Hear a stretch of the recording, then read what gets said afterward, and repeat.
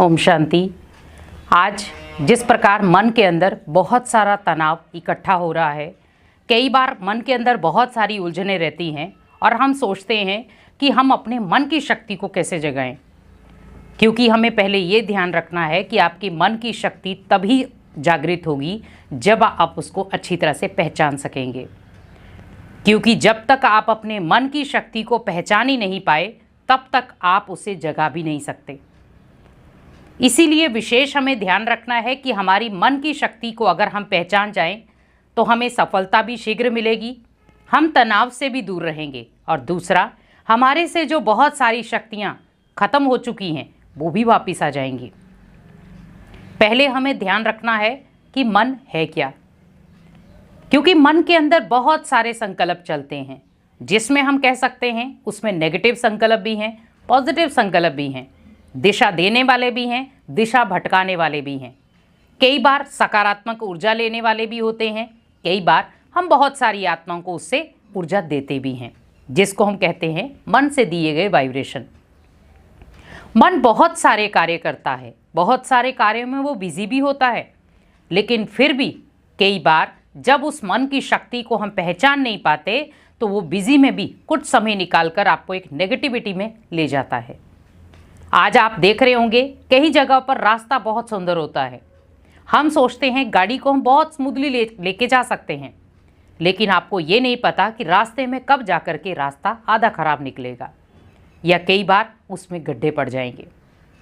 हम क्या करते हैं, स्पीड को स्लो कर देते हैं। जैसे हमने देखा यहाँ रास्ता खराब है, हम अपनी स्पीड को स्लो कर देते हैं गाड़ी की। वैसे ही सोचिए कि हमारा मोबाइल भी अगर हम ज़्यादा यूज़ करते हैं तो वो हैंग होना शुरू हो जाता है, बंद होना शुरू हो जाता है। वैसे ही आज हमारे मन की चीज़ें हैं, आप जितना उसको यूज़ करेंगे, अगर आप उसे सकारात्मक वे में यूज़ करते हैं तो वो आपको एनर्जी देगा।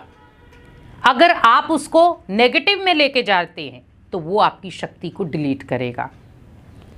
हमेशा याद रखें कि जब आपकी मन की शक्ति पॉजिटिव घेरे में होती है तो उस समय वो बहुत सारे क्रियाकलाप ऐसे करता है जहां पर उसे लगता है कि मैं स्ट्रांग हो सकता हूं। जैसे मोबाइल को पता है मैं डिस्चार्ज होने वाला हूं, लेकिन अगर उसे वहीं चार्जिंग की पिन दे दी जाए और आप चार्जिंग लगा दें उसको, तो ऑटोमेटिकली उसके अंदर क्या हो जाता है कि हाँ, अब मैं बैटरी मेरी चार्ज हो रही है। वैसे ही सोचिए, दिनचर्या में मन के साथ हम बहुत सारे खेल खेलते हैं। कई बार हम उसी मन के अंदर बहुत सारी दुनिया की बुराई रखते हैं, उसी मन के अंदर दुनिया के लिए नेगेटिविटी रखते हैं, उसी मन के अंदर बहुत सारे विचार रखते हैं।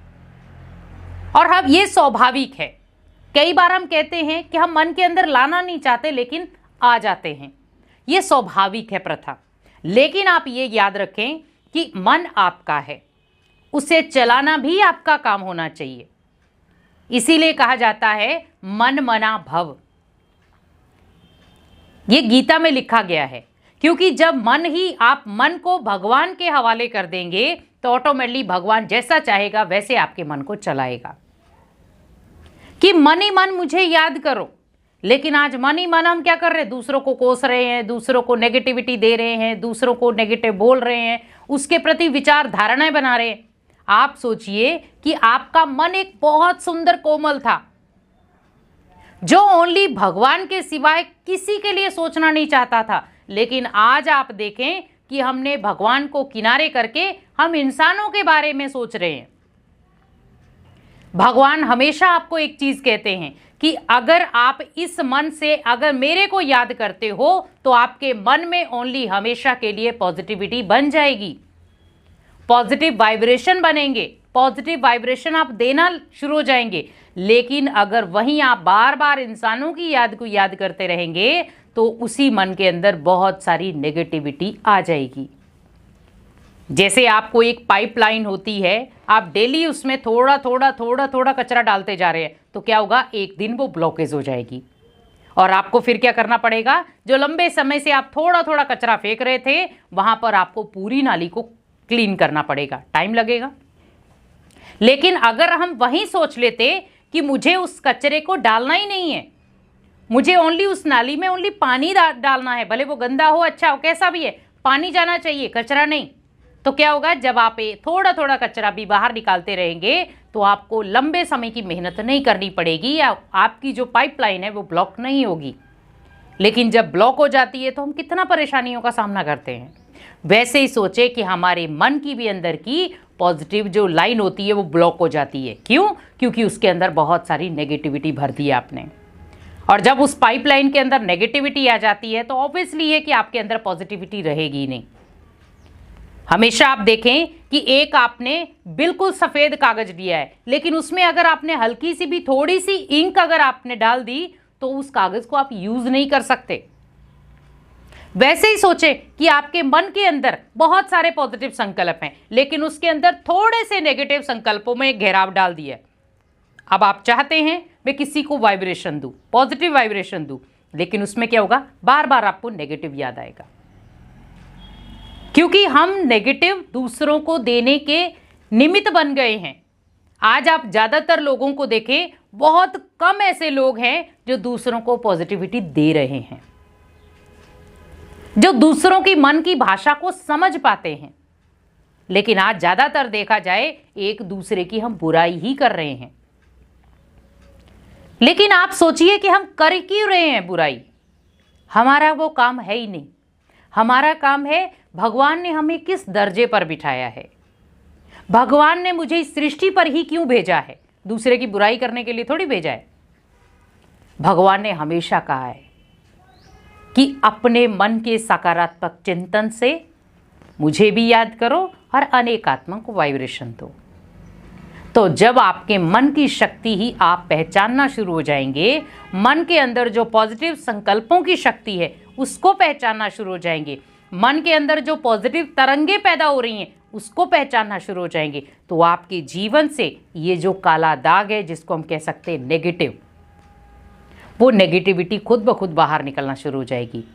क्योंकि कारण या कारण कई बार हम ही उसको अंदर लेकर आते हैं, हम ही परेशान हो जाते हैं, हम हताश हो जाते हैं। क्यों हुआ? मेरे साथ ही ऐसा क्यों हो रहा है?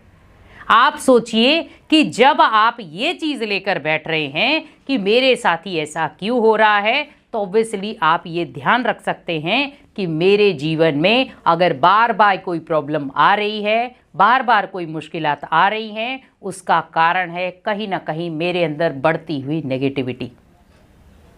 क्योंकि जब इंसान के अंदर बहुत सारी नेगेटिविटी अंदर रहती है तो उसके अंदर क्या, इर्द गिर्द में भी एक नेगेटिव घेरा बन जाता है। और उस घेरे में क्या आएगा? नेगेटिव में ऑब्वियसली है आपको कि परिस्थितियां ही क्रिएट होंगी, प्रॉब्लम ही क्रिएट होंगी। लेकिन जब आपके इर्द गिर्द में एक पॉजिटिव घेरा बना रहेगा, पॉजिटिव वाइब्रेशन का घेराव होगा, तो ऑटोमेटिकली परिस्थितियां भले कितनी भी आ जाएं, लेकिन वो आपको हमेशा मजबूत बनाएंगी। एक तो आपको परखने की शक्ति देकर जाएंगी, दूसरा आपके लिए कौन सहायक था, शायद उस परिस्थिति ने आपको बता दिया। जिसे कई बार कहते हैं ना, इंसान की परख कब होती है? जब कोई व्यक्ति मुसीबत में होता है तब सामने वाले की परख होती है कि ये कितना हाथ देता है हमें। क्योंकि व्यक्ति नॉर्मल होता तो हर कोई हाथ देगा उसको, लेकिन जब व्यक्ति परेशानी में है तब कौन उसको हाथ दे रहा है, तो परख तब पता चलती है। वैसे ही हमें मन की परख भी रखनी है, मन की पहचान भी रखनी है। और जब मन की पहचान होगी तो स्वयं की पहचान के आधार पर ही हम अपनी जीवन को, अपनी शक्तियों को फुल तरीके से स्टोर कर सकते हैं। इसीलिए मन की शक्तियों को पहचानें, उसे अपने जीवन में अपनाएं। और जब आपके जीवन में मन की शक्ति को आप पहचान लेंगे तो ऑटोमेटिकली आपके जीवन में जो पॉजिटिव एनर्जी है वो खुद ब खुद उजागर होना शुरू हो जाएगी और आपकी आत्मा बहुत श्रेष्ठ बन जाएगी। ओम शांति।